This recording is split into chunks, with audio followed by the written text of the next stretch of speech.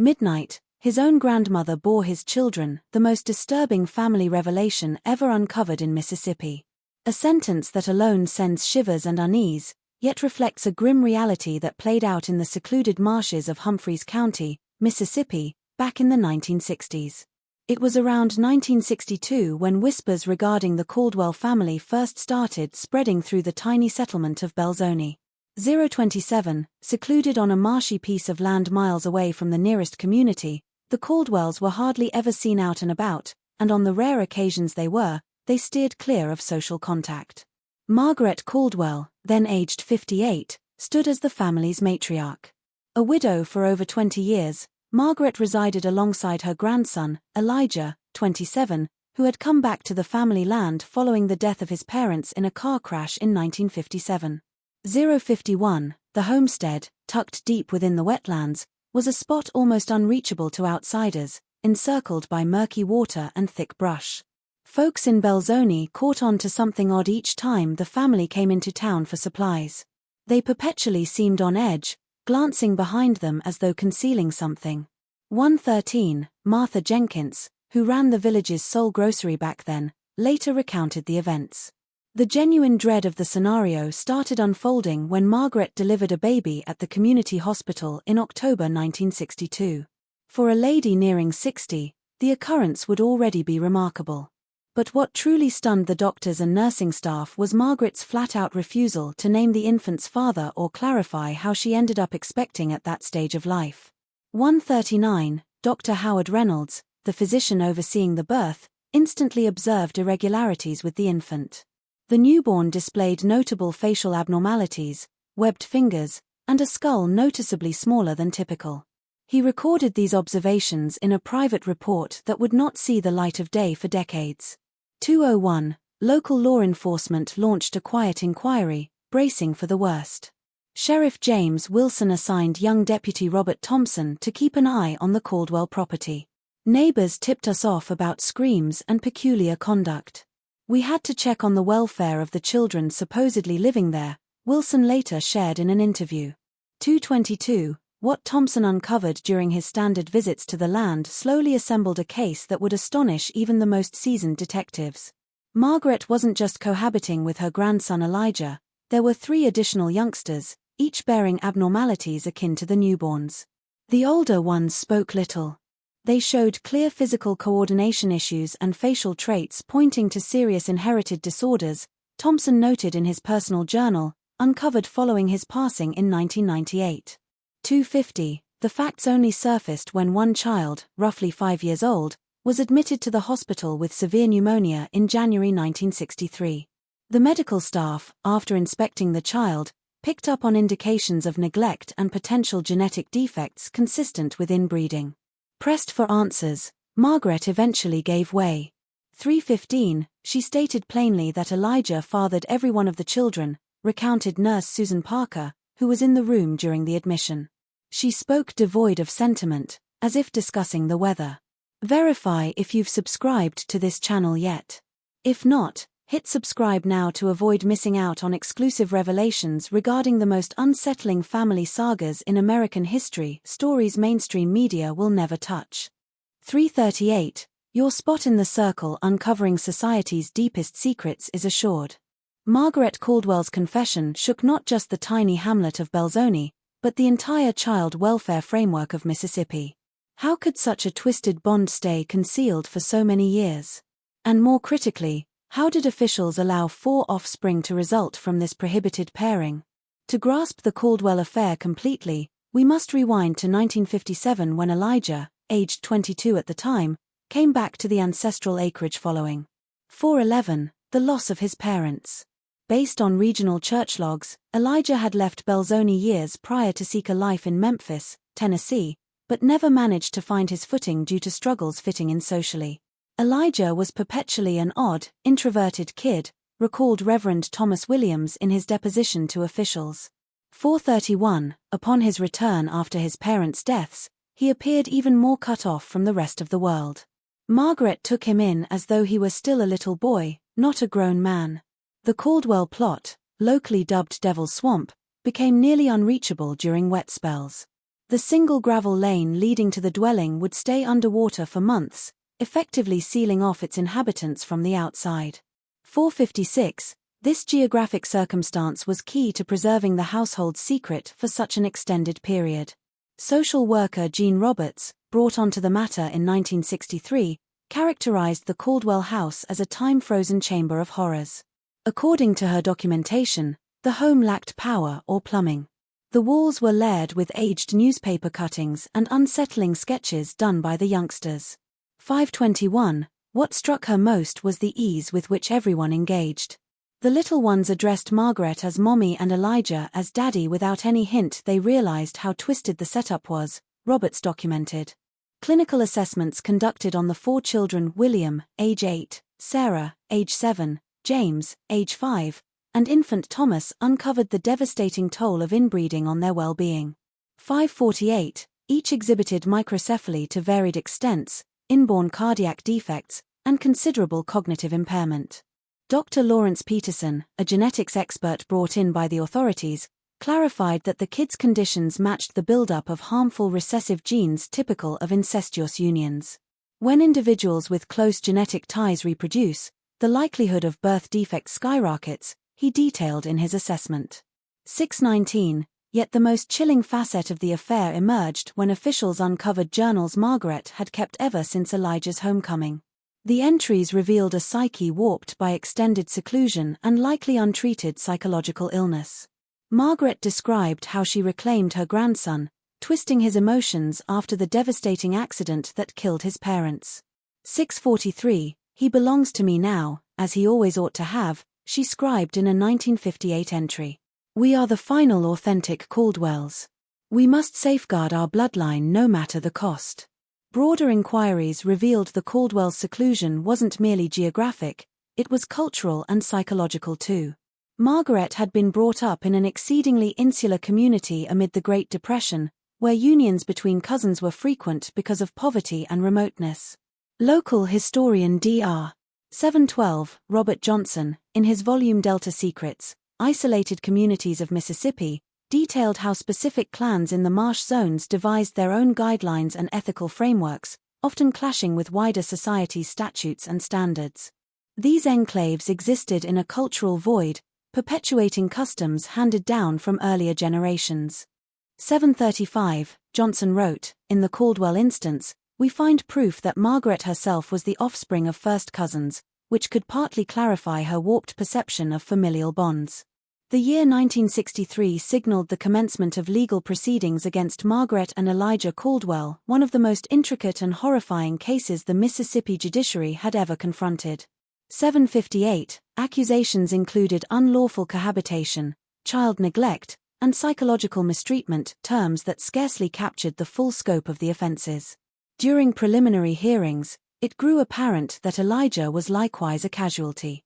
Psychiatric assessments portrayed a man with the emotional maturity of an adolescent, wholly reliant on his grandmother and unable to completely grasp the seriousness of his behavior. 824, Elijah Caldwell exhibits unmistakable evidence of long-term psychological coercion, concluded Dr. Richard Matthews, the court-appointed forensic psychiatrist. His capacity to provide genuine consent is dubious given Margaret's dominance since his youth. Officials were confronted with an unparalleled ethical and legal predicament. 847, as public sentiment demanded severe penalties, specialists contended the matter demanded a more subtle handling, accounting for the intricate weave of mental instability, cultural separation, and possible hereditary elements that fed into the scenario. The court proceedings were held privately to safeguard the youngsters' identities. 909, Margaret, now 59, stayed stoic during the entire trial, declining to display regret or even concede anything improper about her bond with her grandson. She sincerely thought she was safeguarding her lineage, explained Dr. Elizabeth Parker, the psychologist who assessed her. In her warped reasoning, she was executing a type of holy duty to uphold what she termed the untainted Caldwell blood. 934, the affair drew nationwide attention after the Washington Post ran an investigative piece about the horror lurking in Mississippi's wetlands. The story, though careful to omit specifics that might identify the minors, laid bare the systemic breakdowns that enabled the scenario to endure so long. How could a household sequester themselves so utterly in the midst of the 20th century? The article posed, where were the neighbors, child welfare agencies, local law enforcement before 4 blameless children entered the world condemned to a life? 10:05, of agony. The matter of collective accountability turned pivotal in conversations about the incident. Numerous Belzoni inhabitants later owned up to sensing peculiarities about the family, yet opted not to intervene, honoring the unspoken rule of privacy pervasive in southern agrarian communities. 10:24, around here in Mississippi, we're taught young not to pry into others' affairs. One anonymous resident told the Post. Now, I find myself wondering how many other clans akin to the Caldwells remain concealed in the bogs and highlands. Narrator's tone grows more impassioned. And you, watching this video at this moment, can you fathom the solitude and hushed dread those children endured? If this account moved you, write in the comments, "No child ought to dwell in shadow." 10:54, your input aids in preserving the memory of these sufferers and fosters consciousness about the significance of communal watchfulness to shield the most defenseless. The destiny of the 4 Caldwell miners became a paramount worry for officials. Pediatric development experts were summoned to decide the optimal route forward. 11:14, parting the siblings might inflict added trauma, yet retaining them together meant locating an adoptive household prepared to accept 4 youngsters with considerable specialized requirements. Dr. Catherine Stevens, a specialist in childhood psychological injury, labored extensively with the children throughout this adjustment phase. Despite all they endured, they exhibited a profound attachment to each other, she recorded. 11:37, Sarah particularly took on the role of guardian for her younger brothers, displaying impressive resilience. The situation established a significant benchmark for how Mississippi's judicial and social services apparatus would manage comparable incidents in the future.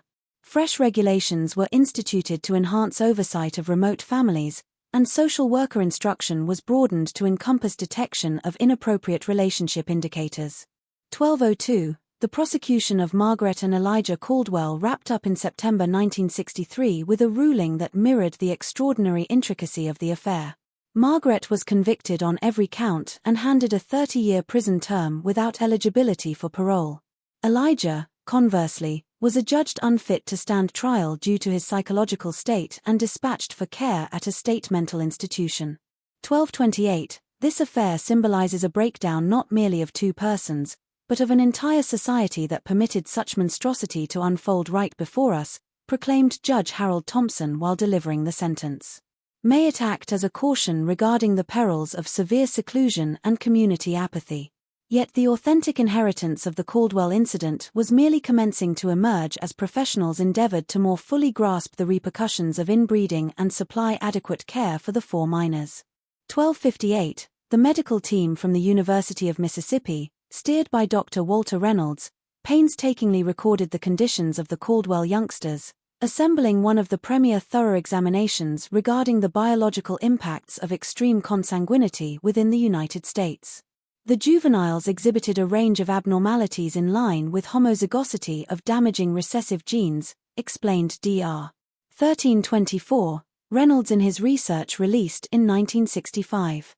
Beyond the clear bodily malformations, all displayed cognitive deficits at varying levels, cardiovascular issues, and heightened vulnerability to infections. Sarah, the middle child, manifested the mildest state with an IQ gauged near 65 and less pronounced physical irregularities. 1348, William, the eldest, endured recurring seizures and advancing eyesight deterioration. James contended with persistent respiratory ailments while the youngest Thomas encountered the gravest outcomes, including serious cardiac deformity necessitating repeated surgical procedures. The state of Mississippi confronted intense reproach regarding how the framework had let down these youngsters. 1410, as a response, Governor Paul Johnson Jr. created a special commission to overhaul child protective services, particularly in secluded agricultural regions. The Caldwell affair brought to light systemic shortcomings we can no longer disregard, the governor stated in an official announcement. Every child in Mississippi is entitled to security, regardless of how distant their residence.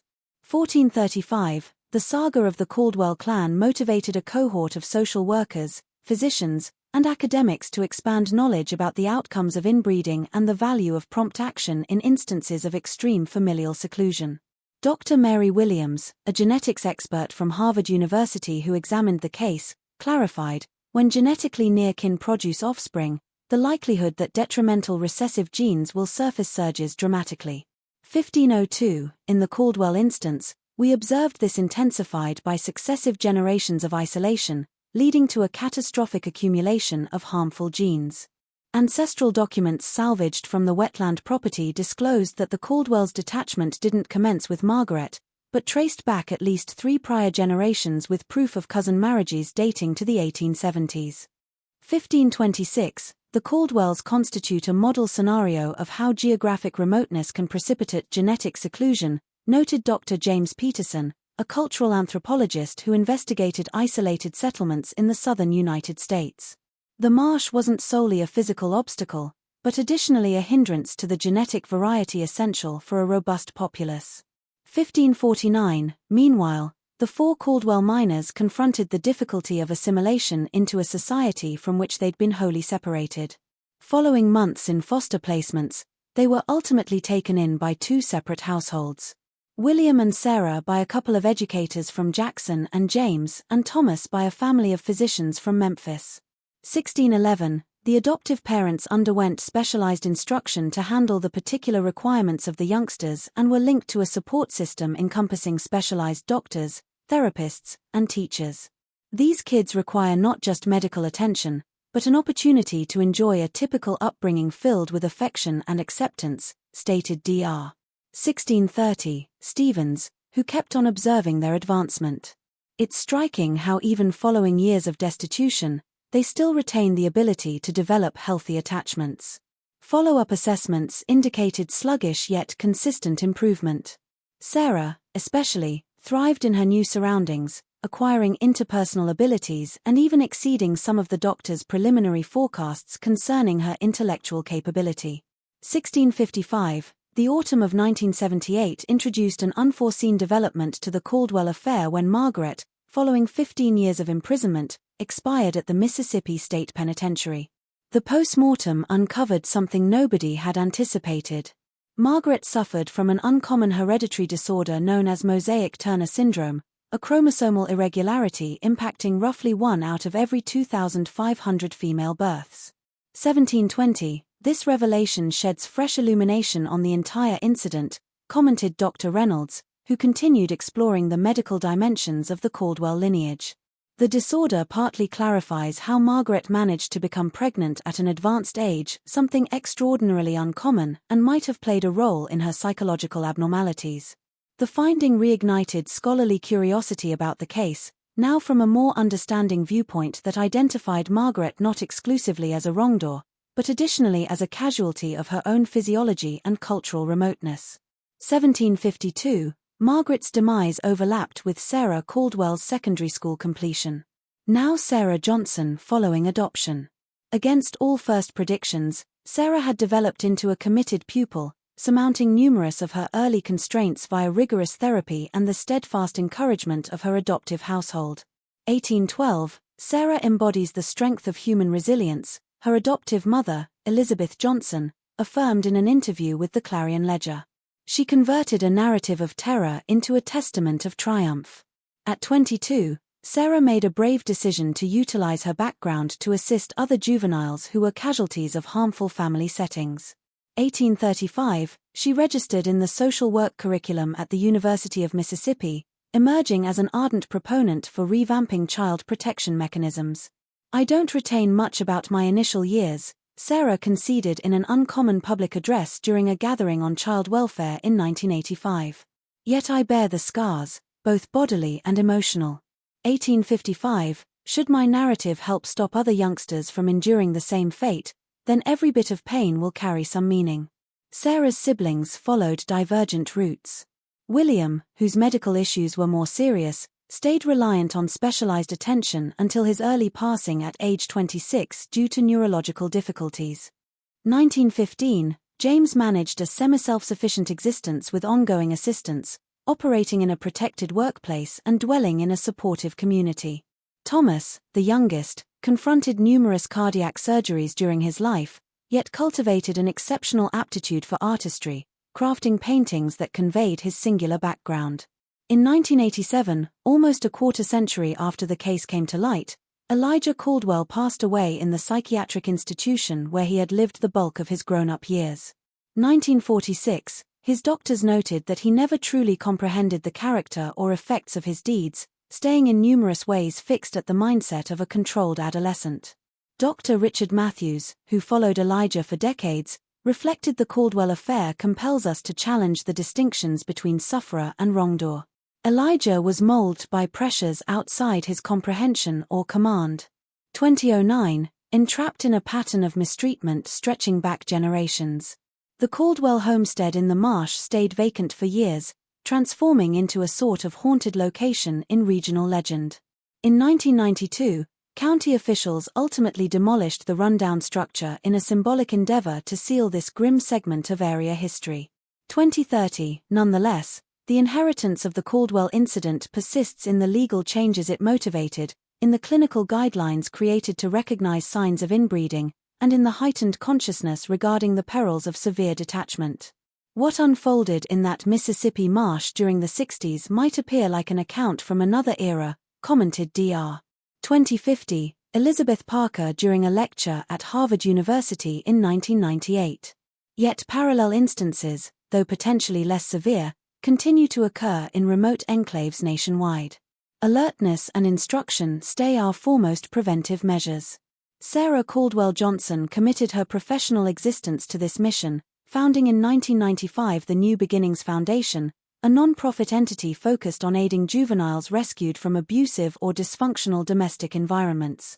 2122, her distinct viewpoint as both a survivor and a specialist introduced an invaluable aspect to the discipline of social services.